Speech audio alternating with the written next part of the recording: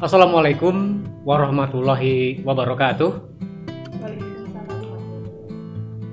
Selamat berjumpa kembali dengan Ngopi Rabu Malam yang ke-116 Komunitas Sastra Lingkar Jenar Cirebon, Indonesia. Kali ini kita akan membincangkan sebuah judul cerpen Miguel karya Sori Siregar yang dimuat Koran Tempo 17 Oktober 2020. Malam ini kita akan mendengar paparan dari Uyung Nuha yang kebetulan kebagian menjadi pembahas atau pemantik atau apapun itu namanya, dan kita nanti akan mencoba untuk menelisik seperti apakah cerpen Miguel ini, kelebihan maupun kekurangannya, kemudian juga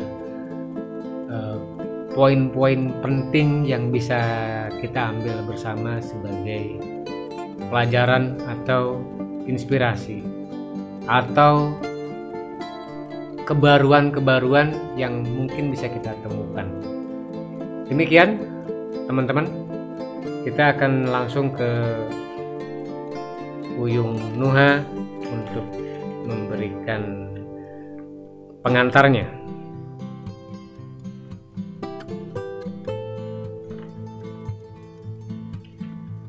Baik, Assalamualaikum warahmatullahi wabarakatuh. Waalaikumsalam warahmatullahi wabarakatuh. Selamat malam. Malam. Kita berjumpa kembali, Ya. meski dalam keadaan ya seperti biasanya. Seperti biasanya, alhamdulillah.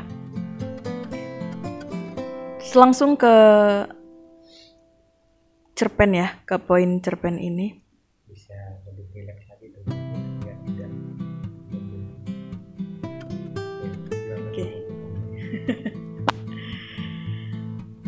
Miguel.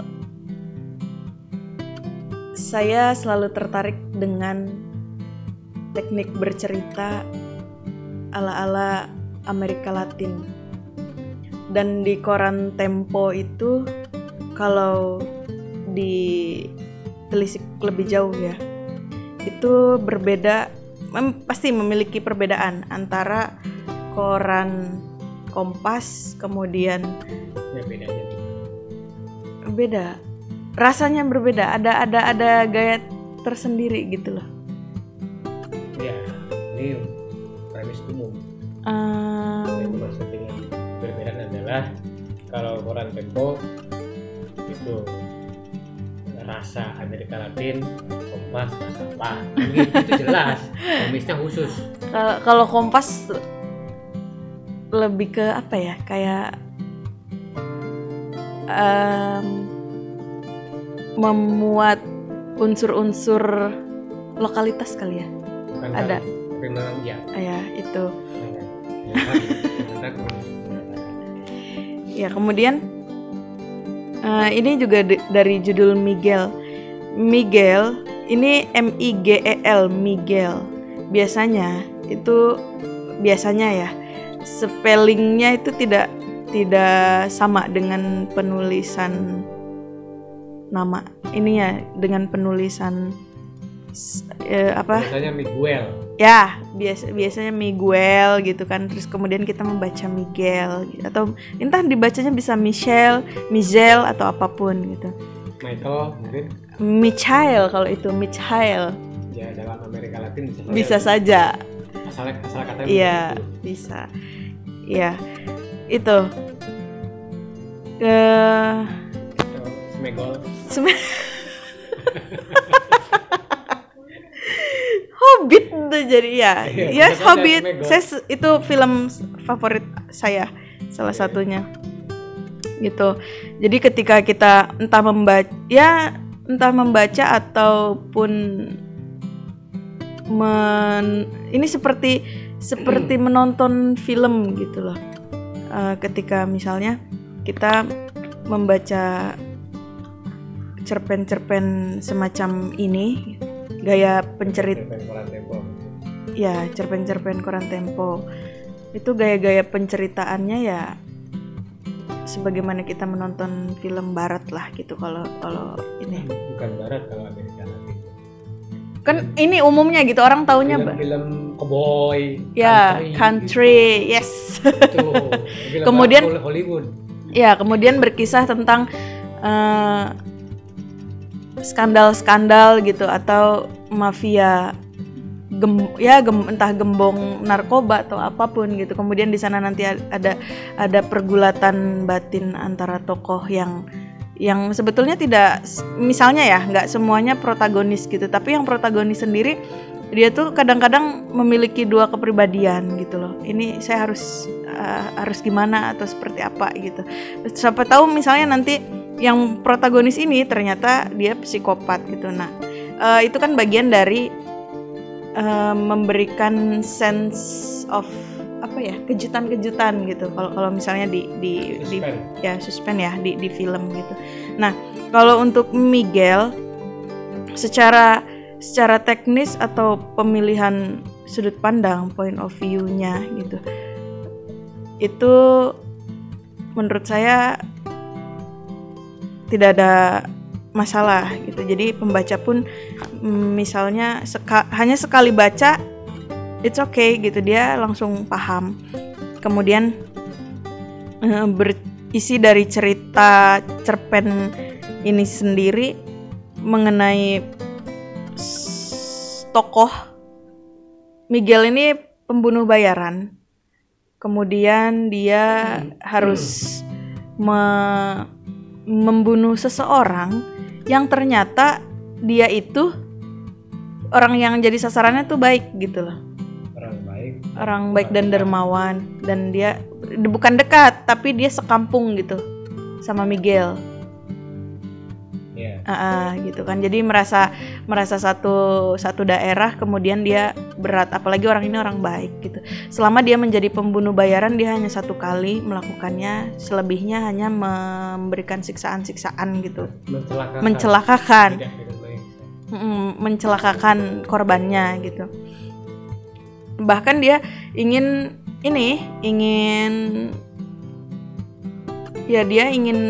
bernegosiasi lah dengan yang memberi perintah untuk membunuh itu. Saya tidak mau membunuh seseorang yang baik ini gitu. Kemudian itu dia cerita gitu, dia curhat kepada sepupunya yang bernama Bainara. Nah kemudian jadi ini ya sebagaimana cerita yang tidak perlu dipanjang-panjangkan gitu. Jadi peristiwa yang seperti kita ngobrol biasa gitu, dia cerita saya sedang begini loh gitu, kondisi saya sedang seperti ini. Kemudian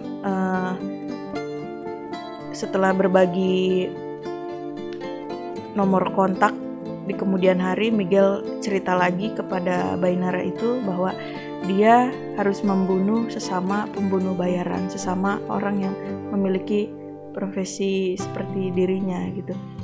Nah, padahal disayangkan Miguel ini pendidikannya tinggi gitu kan. Kemudian dari latar belakang keluarganya juga bukan orang yang jahat atau bagaimana gitu, juga baik gitu, tapi kok mau gitu jadi pembunuh bayaran gitu kan. Apa sebetulnya yang menjadi yang menjadi motivasi dari Miguel menerima uang ini? Ya sepertinya memang ya kalau misalnya ditarik ke dunia nyata ya, orang bicara soal uang nggak akan ada habisnya gitu kan, selalu, apalagi ya ketemu nggak sulit. Kenapa Miguel mau melakukan itu? Kalau ketemu enggak? Aku sih enggak ketemu. Jangan mikir lama. Iya, yang nggak ketemu. Yang pasti dia itu ya entahlah gitu, seperti menikmati profesinya sebagai pembunuh bayaran itu. bahkan kemudian di akhir dia kemudian entah menyesali atau bagaimana ya, kita di dalam relung hatinya itu dia sendiri sadar sejahat-jahatnya orang. Dia melakukan kejahatan tapi berada di batas kesadaran lain.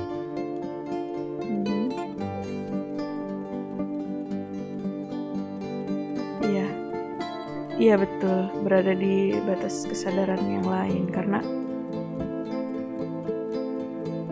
sebagai manusia mungkin ya dia sendiri memiliki rasa takut, cemas, gelisah gitu kan, dan apa yang dia lakukan itu bukan tindakan yang dibenarkan gitu, secara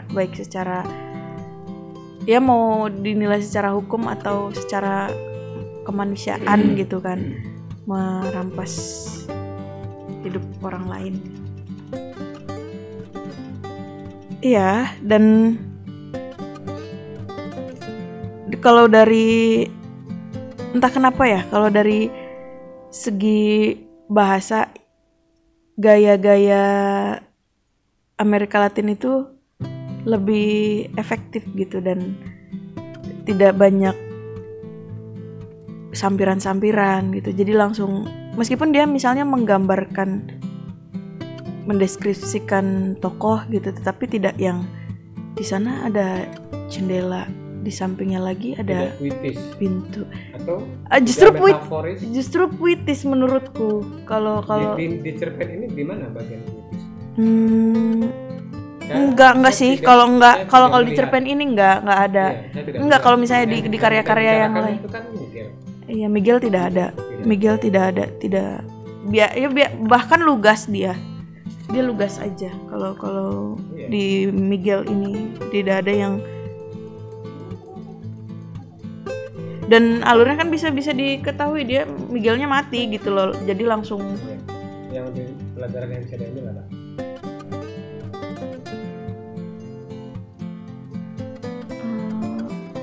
Kalimatnya efektif, bercerita ya tidak bertele-tele. Meskipun di sana ada dialog soal pesawat gitu yang menurutku nggak penting juga. Berkaitan dengan angka-angka. Mungkin 1.600 gitu ya. Yang jenis pesawat. Jenis pesawat. Mengobrolkan soal pesawat.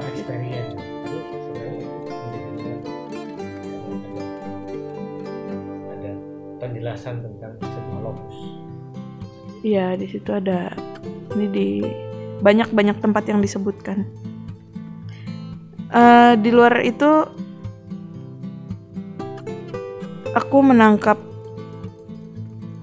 banyak orang yang bersembunyi di balik, terutama para pembesar ya, di balik orang lain gitu. Itu sudah rahasia umum. Rahasia tapi umum, iya. Sudah bukan keanehan lagi. Jadi apa lagi? Cukup sementara itu dulu. Nanti saya habis.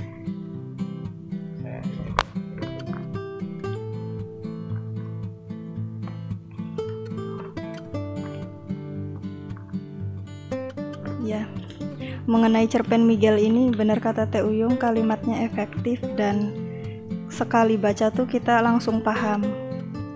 Terus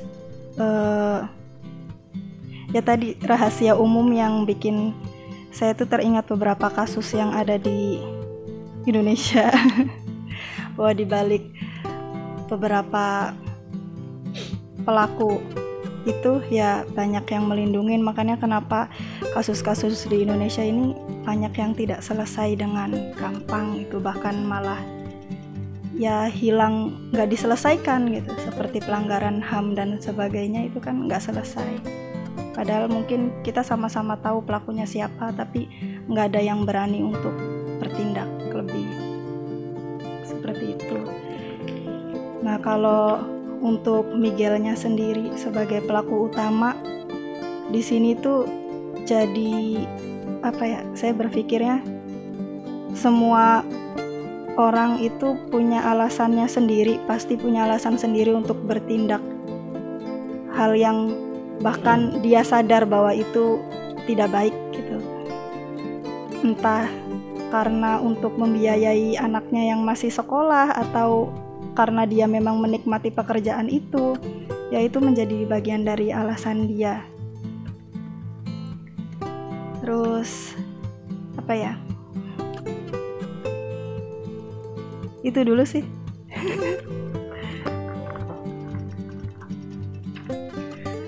Ya, kalau saya justru melihat begini ya. Ini dari estetikanya yang mengambil realisme, dari pilihan cara bercerita, kemudian alur, itu realisme betul. Bahkan mungkin juga tidak ada suspense di situ, sama sekali tidak ada suspense, mengalir datar saja gitu. Bahkan tertembaknya Miguel sendiri pun itu tidak mendatangkan kejutan apapun gitu. Tidak ada momen dramatis.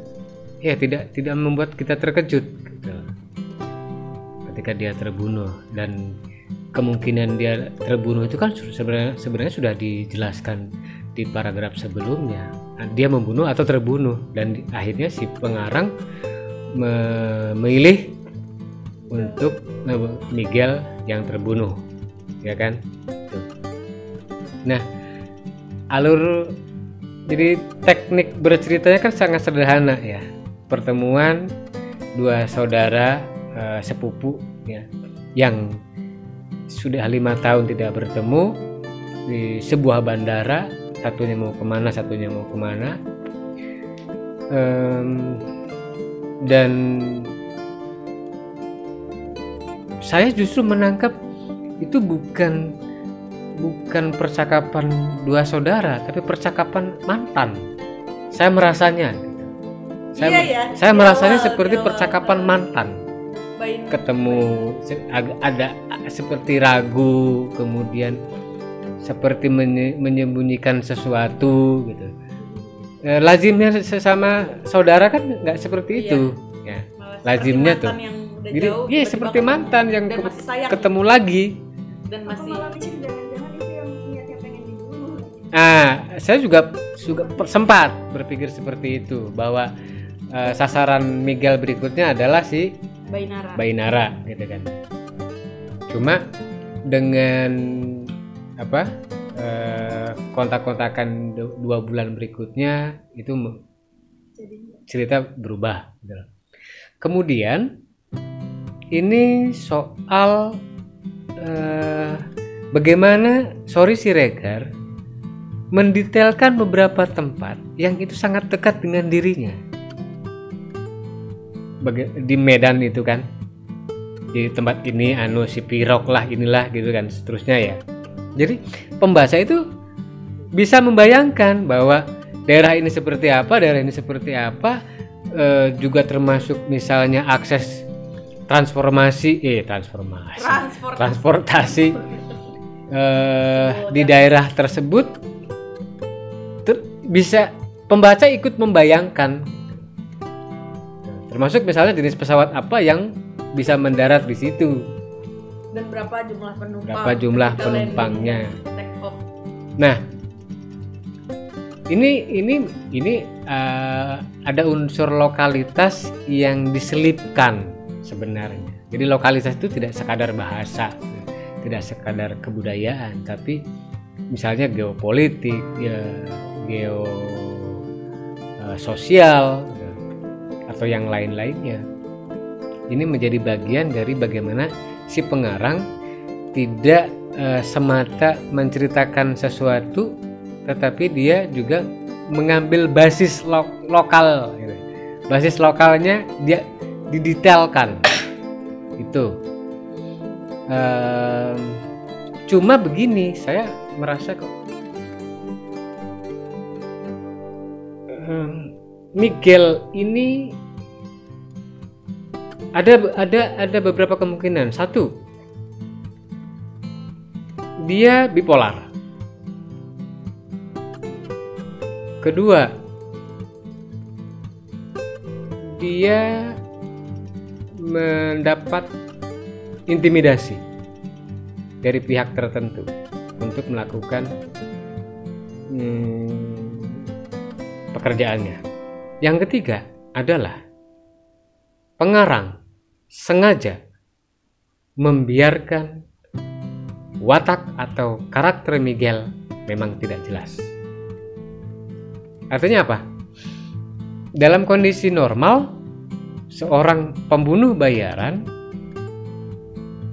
jangankan pembunuh bayaran, tentara yang menembak musuh saja, traumanya tidak sebentar, kemudian rasa bersalahnya, rasa berdosanya itu juga bisa bertahun-tahun gitu loh. Itu bagi tentara yang berperang gitu. Apalagi misalnya pembunuh bayaran. Tetapi ada hal yang menurut saya sedikit saja agak mengganjal. Bagaimana mungkin seorang pembunuh bayaran bisa dengan lancar menceritakan biografinya gitu loh. Karena biasanya pembunuh bayaran itu kan dingin, kemudian dia antisosial. Introvert. Enggak, bukan introvert, antisosial.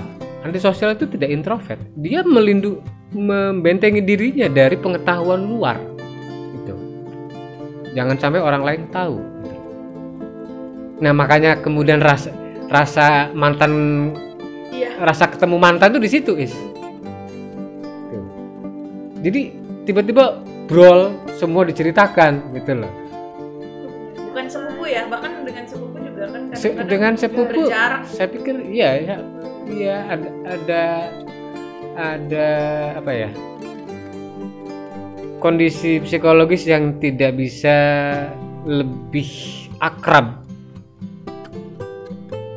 Tapi juga kalau dengan cerpen ini ya balik lagi, kayaknya kita sepakat ya, seperti mantan yang bertemu kembali. Miguel. Itu kan intonasi. Miguel. Itu intonasi kalau itu. Miguel. Miguel. Kan intonasi bisa macam-macam. Tapi alur kemudian dialog yang berlangsung Seperti mantan.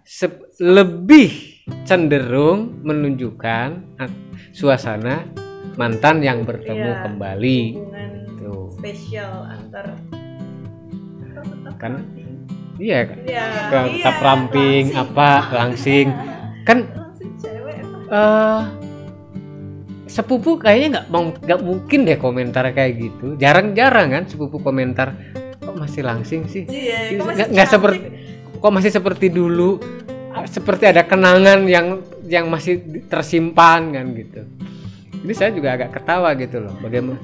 Makanya kemudian pilihan penokohan ya, karakter Miguel yang saya sebutkan tadi itu bisa masuk semuanya. Karakternya memang dibikin tidak jelas gitu. Kemudian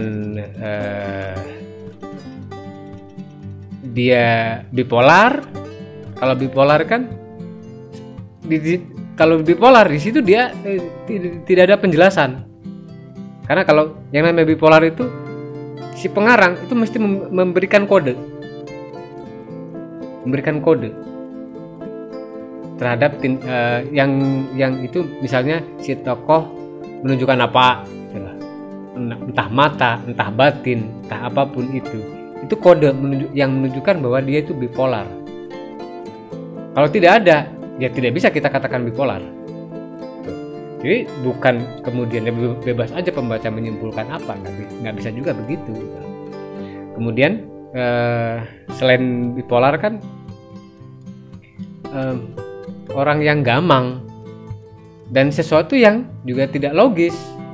Pembunuh bayaran kemudian mudah curhat sekaligus tobat gitu. Jadi gimana sih? Iya. Ragu-ragu gitu tuh, tidak tegas. Persoalannya apa?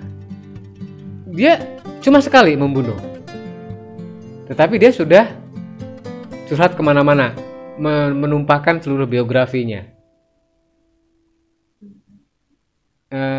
Kalau itu memang pilihan hidupnya gitu loh. Sebelumnya kan dia bekerja di penerbitan kalau nggak salah ya. Iya. Ya. Pokoknya Bekerja di perusahaan besar gitu. Itu nggak nyambung gitu loh. Tapi nggak apa-apa, nggak nyambung nggak apa-apa. Yang jelas yang kita baca sekarang adalah setelah dia tidak bekerja di penerbitan, dia sebagai pembunuh bayaran. Nah, sebagaimana pembunuh bayaran itu pasti mendapat pendidikan loh. Ada trainingnya, ada sekolahnya. Iya, yang namanya pembunuh bayaran itu tidak otodidak. Dia mendapat pendidikan yang keras, disiplin tinggi. Nggak, karena apa? Ini soal rekomendasi. Soal rekomendasi.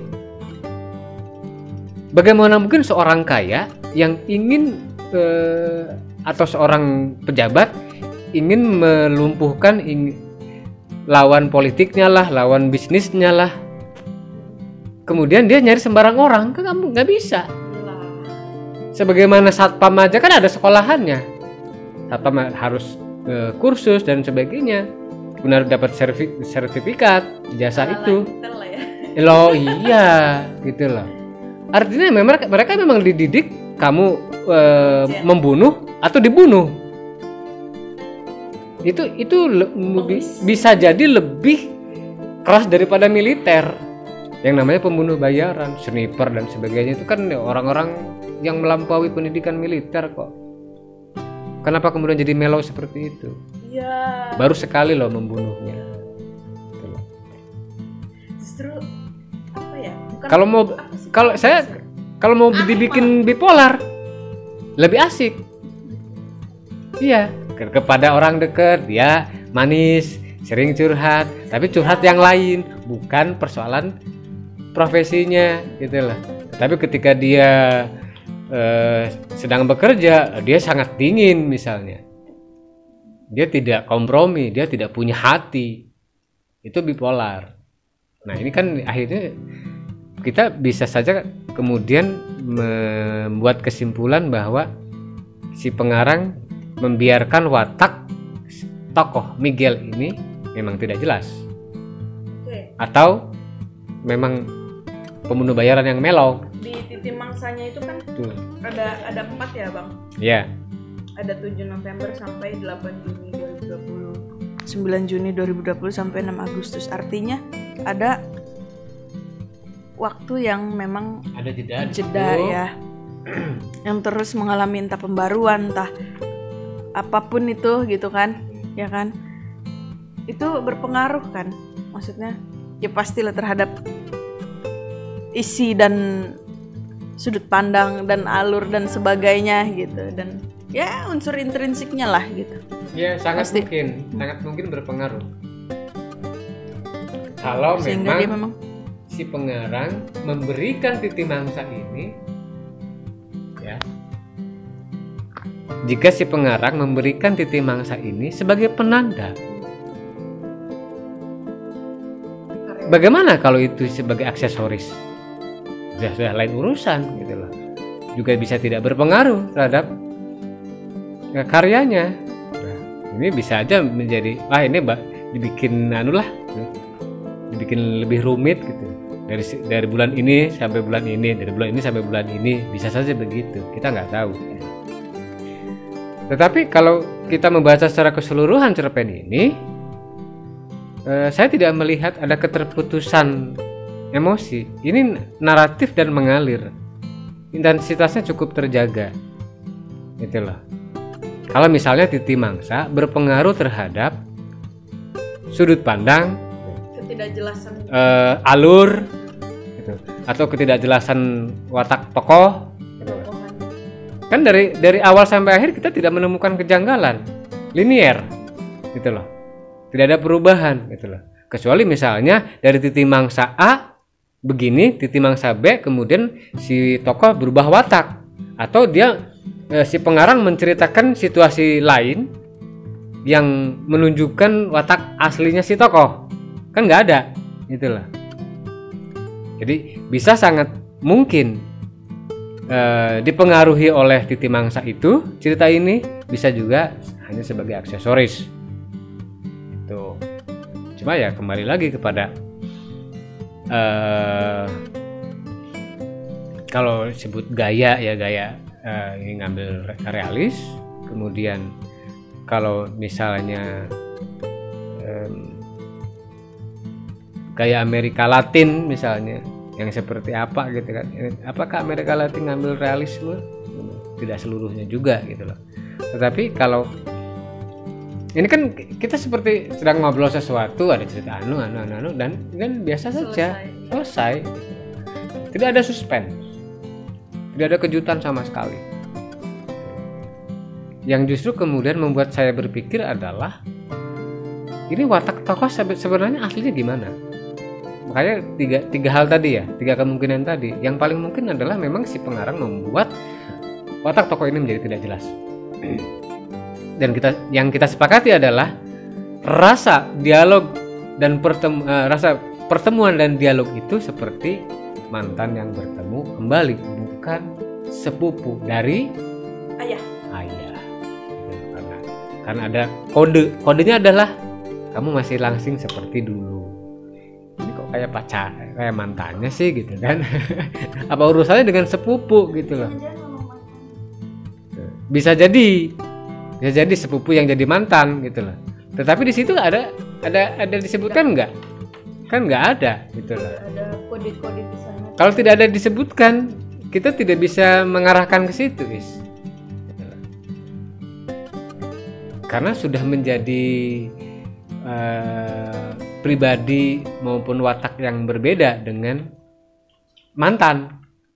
Misalnya kalau ada misalnya berdesir, misal wajahnya memerah, berdesir, ya teringat dulu ketika Miguel mengelus-elus. Nah itu kan, itu berarti artinya meskipun sepupu tapi sempat pacaran, nggak apa-apa gitu loh, nggak apa-apa. Ada kode di situ. Sementara di Miguel itu nggak ada. Mestinya. Pemilihan judul. Iya, kalau pemilihan judul ya. Satu kotak gitu. Dan langsung ngambil ke tokoh ya. Ya Miguel biasanya. Biasanya Miguel. Dan itu lekat dengan ciri khas Amerika Latin. Miguel ya mafioso, ya pembohong narkoba dan sejenisnya gitu kan. Miguel mungkin ya kalau ditulis Miguel kentara betul Amerika Latin atau Meksikonya gitu loh. Tapi Miguel sudah menjadi spelling baru. Ya, sudah Indonesia kan gitu. Miguel. Bukan Miguel lagi. Miguel. Ya, sudah di-Indonesiakan lah mungkin pilihannya begitu. Ya baik teman-teman, itulah yang bisa kita perbincangkan. Mohon maaf jika tidak runtut. Terima kasih. Kita akan bertemu kembali insya Allah di Ngopi Rabu Malam ke-117. Selamat malam.